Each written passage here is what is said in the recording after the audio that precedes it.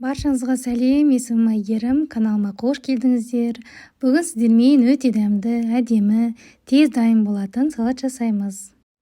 Ол үшін бізге бір болгар бұрышы, сәбіз және қияр, 2 дана қызанақ, сарымсақ, қалауыңызша көкшепті өзіңіз қоса беріңіз.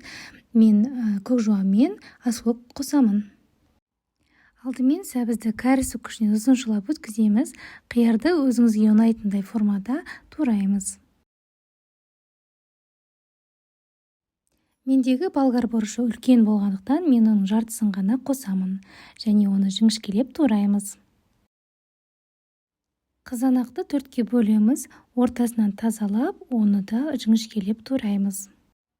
Құрметті көрермендер, осы YouTube каналымда түрлі рецепттермен аптасына бірнеше рет бөлісемін. Жаңа рецепті жіберіп алмас үшін каналыма тіркелуді ұмытпаңыз.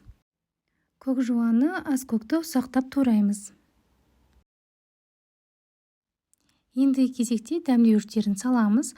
Қызыл ащы бұрыш, паприка, кішкене ғана қара бұрыш, кориандр, сарымсақ және 1 шай қасықпен соя соусын қосамыз.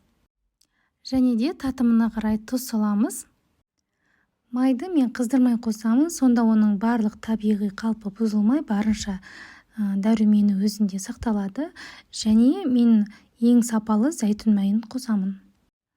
Бұл салат күнделікті дастарханға қойғанға да, немесе қонақ шақырғанда дастарханға қойғанға да болатын универсальный салат. Міне салатымыз өте дәмді болып шығады және тез жасалады. Сондықтан менімен бірге жасап көріңіздер. Егер осы салатты жасасаңыздар, комментарийға жазып бөлісуді ұмытпаңыздар. Баршаңызға ас болсын.